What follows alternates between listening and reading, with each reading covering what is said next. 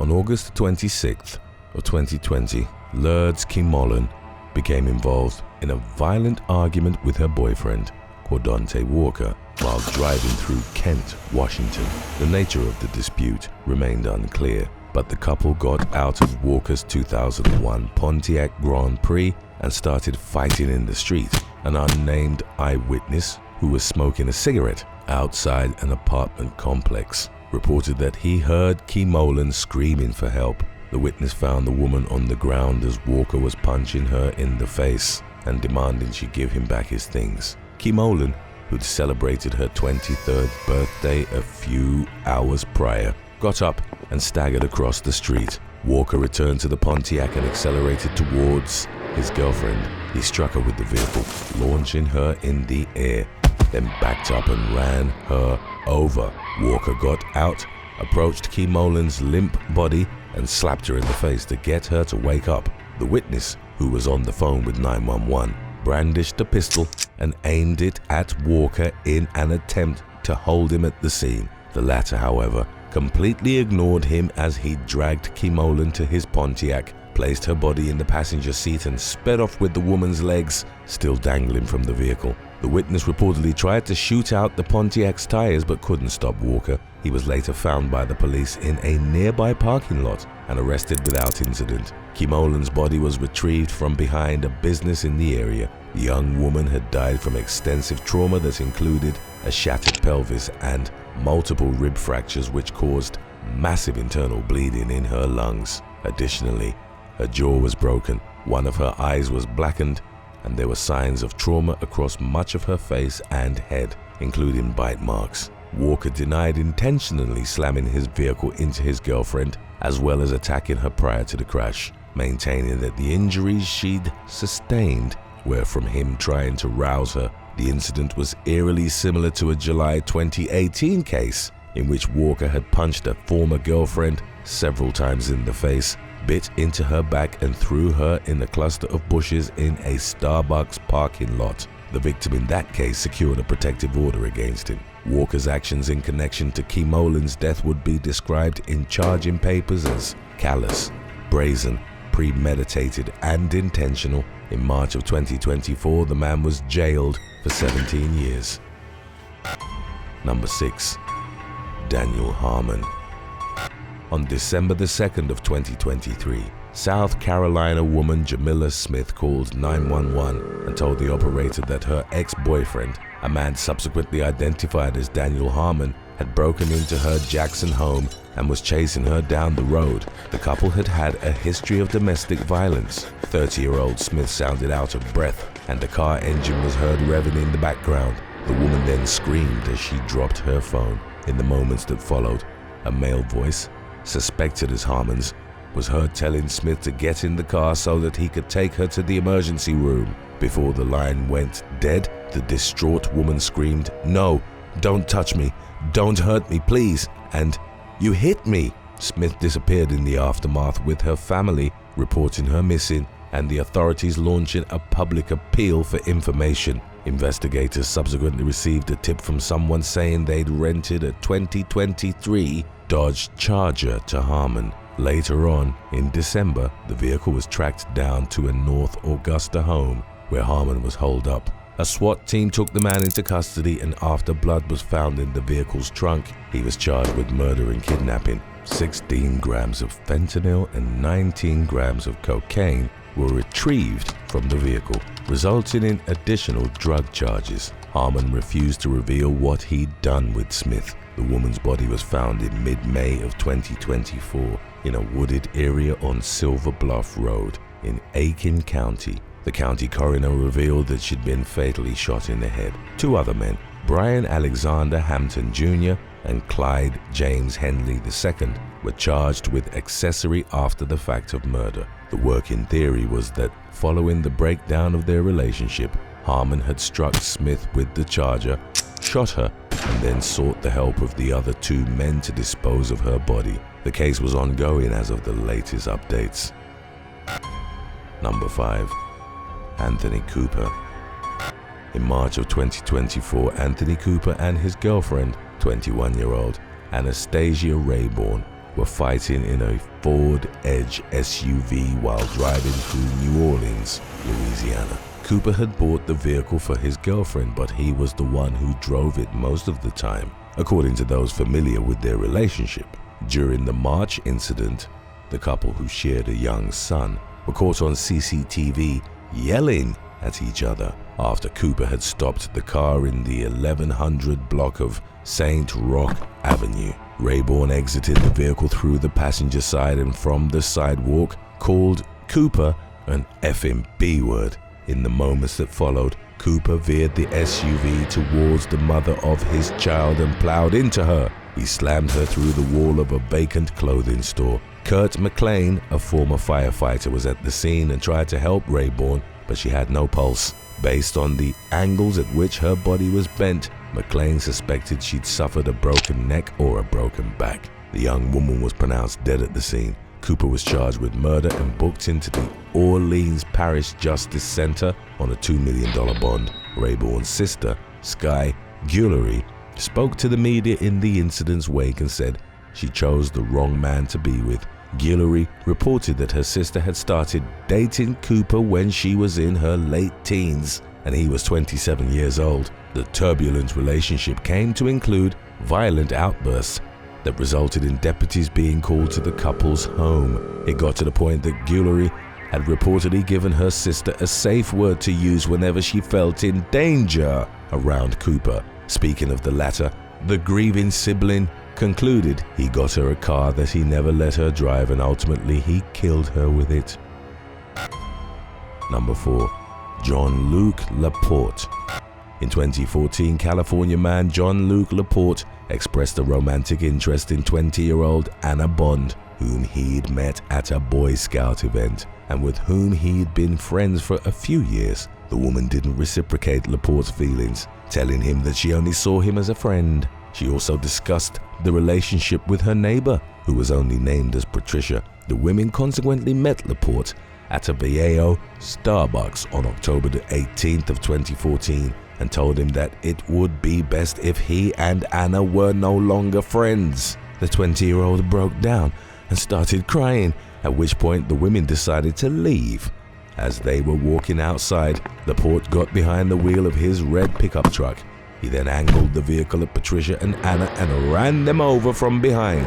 The collision was captured on CCTV. Both women suffered serious injuries that required hospitalization, but ultimately recovered.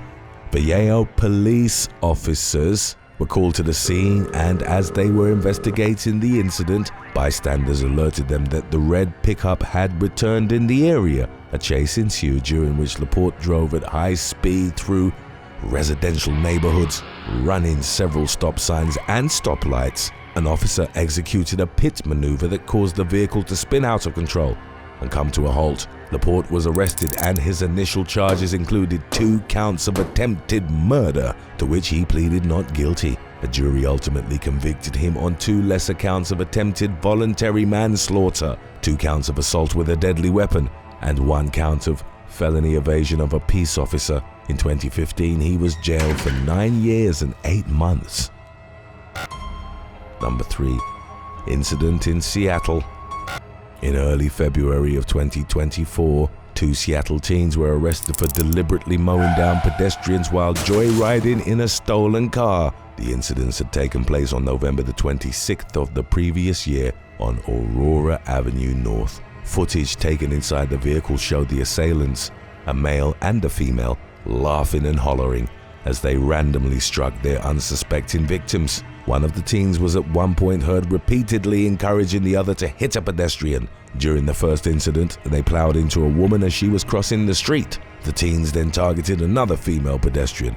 A few blocks down the road, the victim was walking in a bus lane after the sidewalk had been closed off due to construction work. A loud thump was heard as the vehicle slammed into her, sending her flying over the roof. Both victims were seriously injured, but they survived. In December, Seattle police released footage of the vicious hit and runs captured inside and outside of the suspect vehicle as part of a public appeal for information on the matter. Months later, the suspects were apprehended and appeared in King County Juvenile Court. Judge Kristen Richardson said during the hearing, This is one of the most terrifying crimes I've heard of in a while. The boy, who was in his mid-teens, was charged with assault in the second degree, possession of a stolen vehicle, and felony hit and run with injury. The girl, who was 2 years younger than her accomplice, was charged with assault in the second degree and taking a motor vehicle without permission.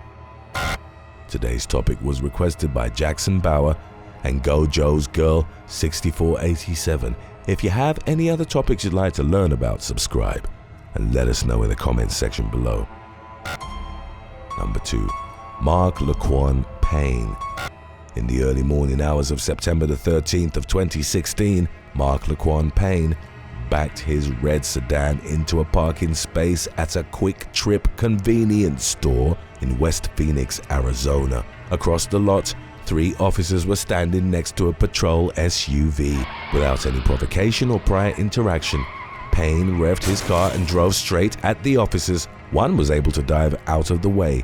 Another was partially run over, while the third was struck and launched high into the air. Payne also hit the official SUV on its side before crashing into the Quick Trip store, shattering the building's windows and sending shelves inside flying. In spite of sustaining injuries, the officers grabbed Payne and a struggle ensued. The suspect was ultimately brought under control after one of the cops shot him with a taser. The incident was captured on CCTV in its entirety. The officer that was sent flying by Payne's car, a 33-year-old on his first day of duty, suffered a severe head injury.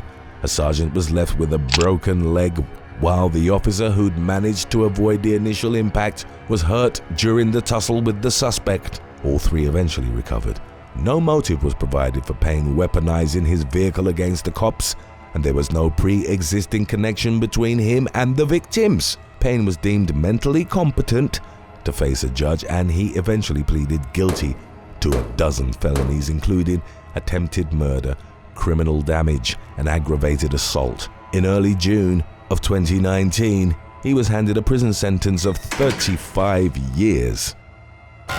If these real-life Mad Max people weren't enough to make you sick, stick around till after number 1 for our previous release of When the Worst Drivers Go Wrong lined up. Number 1. Aaliyah Ross.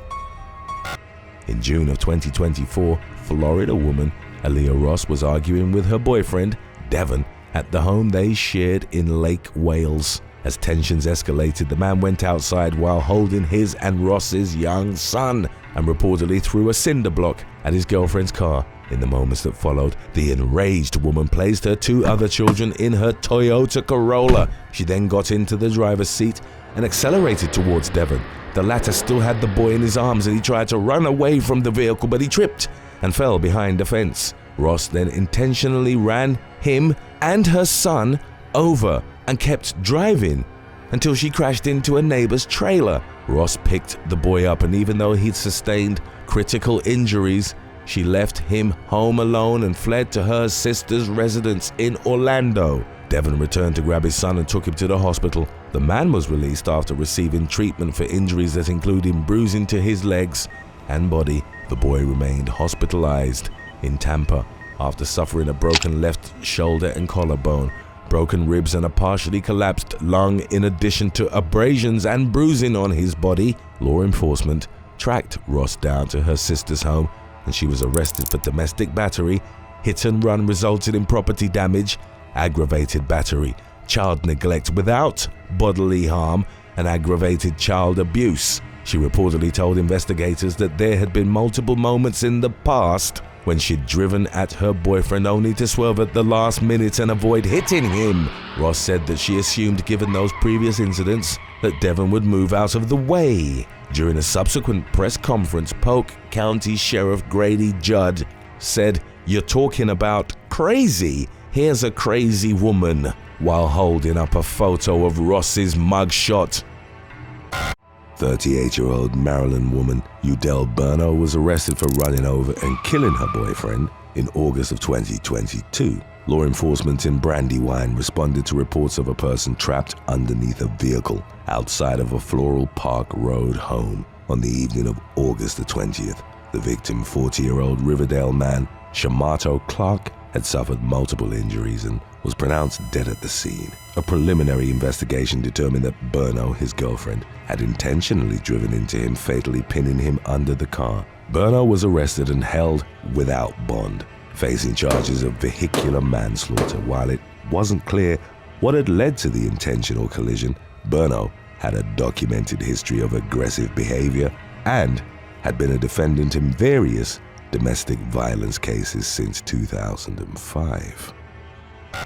Number 6. Karen Reed.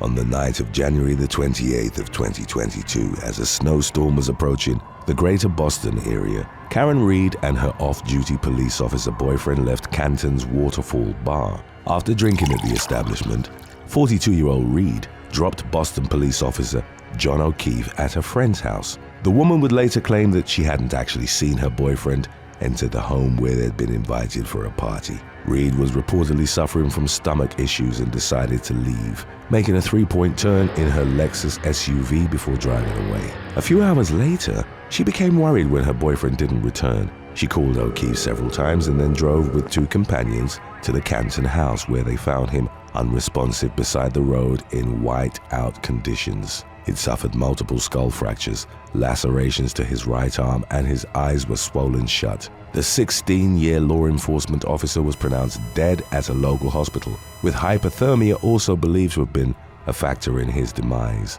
Reed was reported to have repeatedly told a first responder at the scene, "I hit him," by which she meant that she'd backed her car into him. She was arrested on suspicion of manslaughter, which was later upgraded to second-degree murder. A friend reported that at an earlier time, an intoxicated Reed had questioned aloud whether she may have struck O'Keefe, claiming that she couldn't remember the night before. When police found her SUV outside her parents' house in Dighton, it had a shattered rear light and scratches on its bumper. A critical piece of evidence consisted of red and white plastic shards found on the ground where O'Keefe had allegedly been hit. The case was ongoing as of the fall of 2022, with Reed's defense arguing that O'Keefe had succumbed to a violent assault and not a car collision, with additional allegations that evidence to support the latter had been fabricated by the police. The prosecution maintained that the car strike had killed O'Keefe, pointing to problems in the couple's relationship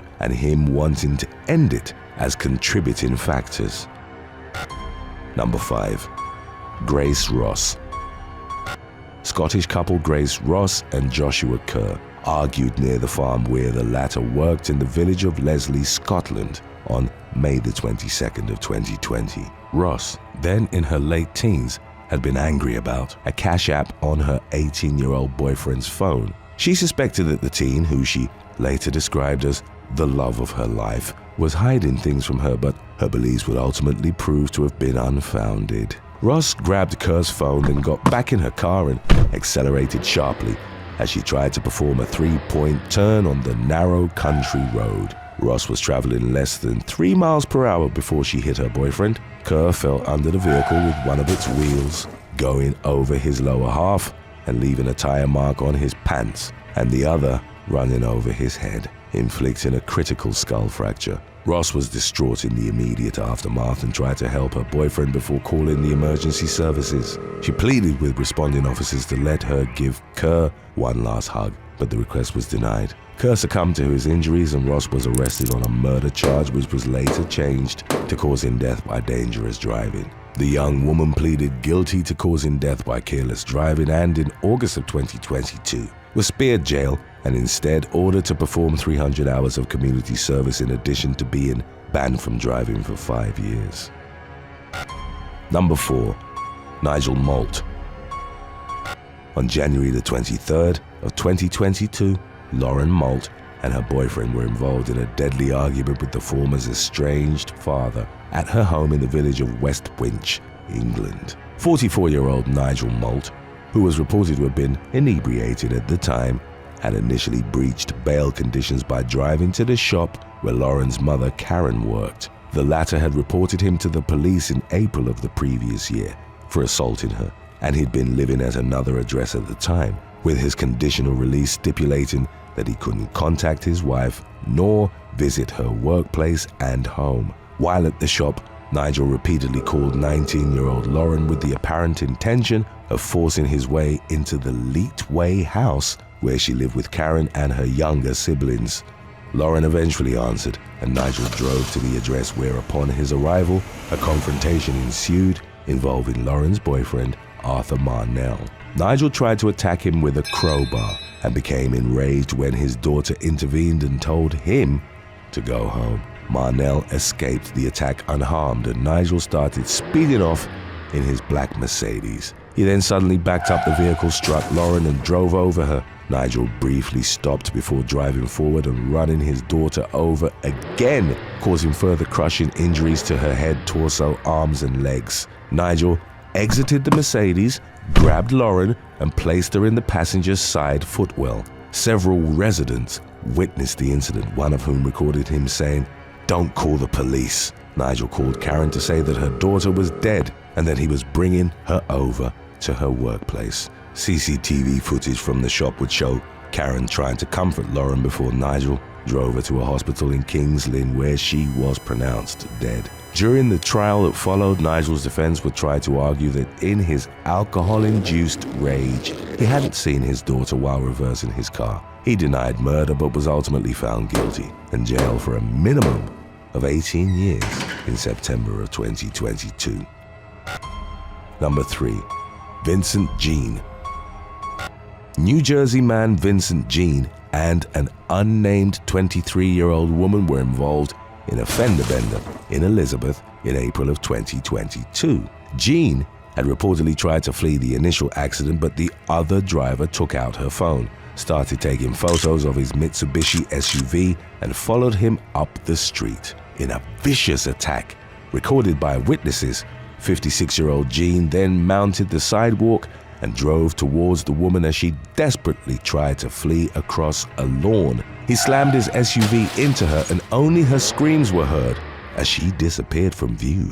After mowing her down, Jean continued to drive on the lawn with her underneath. As he reversed his vehicle, the woman reappeared lying motionless on the grass. Jean then revved his engine as onlookers, including the man recording the video, shouted for him to stop. He drove over the victim again before fleeing the scene. The woman was helped by other residents prior to being rushed to the hospital in critical condition, with injuries that included a broken spine and a severed liver. Remarkably, she survived her ordeal. Jean was arrested later in the day and charged with first-degree attempted murder and third-degree assault by auto. There was some speculation that his mental health might have been affected at the time of the vehicular rampage. The Daily Mail reported that based on his social media posts, Jean harbored an obsession for the video game Grand Theft Auto, the gameplay mechanics of which allowed players to run people over. Number 2. Jang. In the summer of 2022, a harrowing clip emerged on Chinese social media of a man killing his girlfriend by repeatedly running her over in Tangshan, Hebei province. The incident occurred across from a swimming pool where the driver, only identified by his surname as Jang, was part of the staff. The man drove a white SUV into his girlfriend, whose last name was reported as Wang by local media. Bystanders attempted to intervene and move the woman to safety, but their attempts were unsuccessful. Jang maneuvered the vehicle towards the onlookers and proceeded to repeatedly run Wang over while she was on the ground until she was dead. Jang drove off but was captured by the police a few hours after the brutal killing. Footage of the incident went viral on Weibo, sparking outrage and reigniting debates over the authorities' efforts towards preventing violence against women. Number 1. April Ridgway and Stephanie Redmond.